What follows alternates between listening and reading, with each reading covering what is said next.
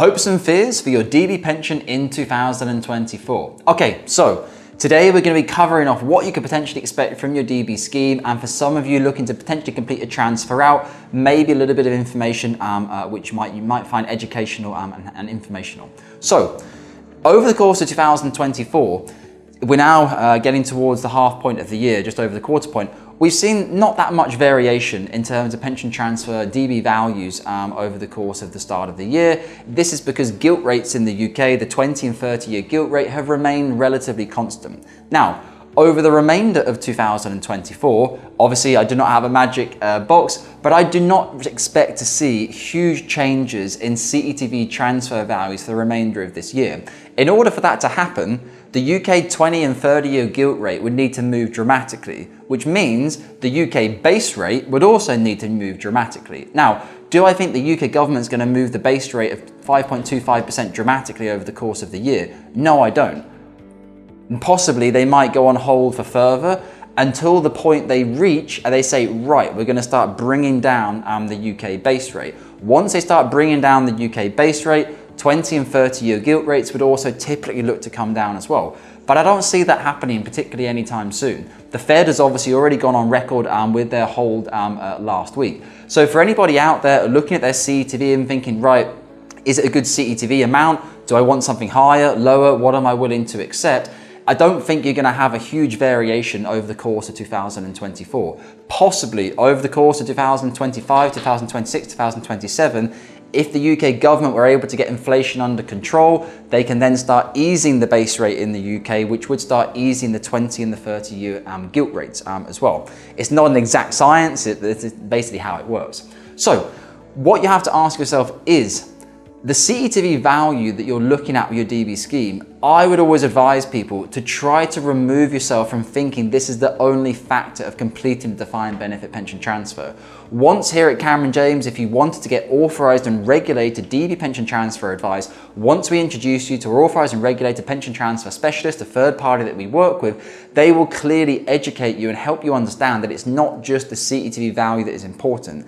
It's to do with the suitability of your situation, irrespective of your CETV, whether it's 400, 500 or 600, is it suitable for you to leave a safeguarded income for life from your DB scheme and exchange that, for example, for an SIPP, a SIP in the UK, where obviously your investment returns will be 100% based on your cost and the performance of the market.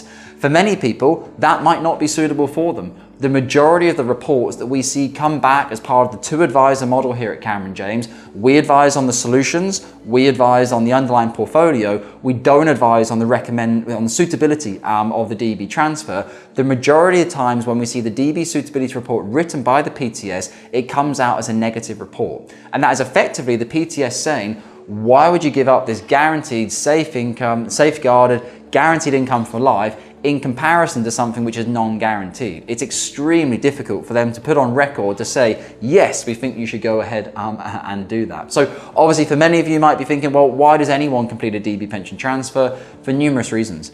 People can have different situations. Some people may even look at the report and say, okay, I understand the outcome of the report is no, however, I still wish to exercise my statutory right to try to proceed and complete a transfer anyway. For a lot of people though, the report is obviously telling them the right thing. They shouldn't be moving their pension pot, and technically speaking, they would be better off maintaining their DB.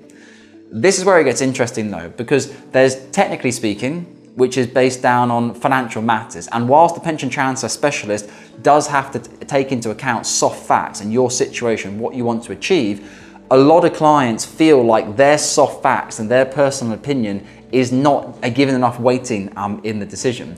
So for example, someone might say, right, I have my kids going to university, I don't want to take out funding for them from the government, I don't want them to have debt, I want to pay for it for myself, or I want to retire early, or I want to build a house, or I want to build a conservatory, whatever it might be. Some type of goal they want to achieve, which they cannot achieve when the majority of their assets are inside their DB scheme. Now, whilst the pension transfer specialist might understand that, they might even be empathetic towards that, it doesn't necessarily mean they can go and confirm in the report, oh yeah, just because this person wants to pay for their kids' education, or they want to move abroad, or they want to get a bigger house, that they should move their DB pot away. Because obviously by doing those things, you are taking away the money which is meant to be there for your retirement. And this is where it gets a little bit tricky. Because some of you as clients will be saying, well, maybe I'm happy to sacrifice part of my retirement in order to give my kids a step up on the property ladder in the UK, or to help them out with their education in the UK. I don't want them to come out with 30, 40, 50,000 pounds worth of debt from the student loans company in the United Kingdom. But technically speaking, that should be the best thing for them to do, and let their kids go on their own. As many of you will know, if any of you have adult kids in the UK, it's a very different market out now in terms of trying to get onto property ladder compared to when you were in your 20s, 30s and 40s. Your salary compared to the cost of property, particularly in the south of England, was far more comparable to where it is today.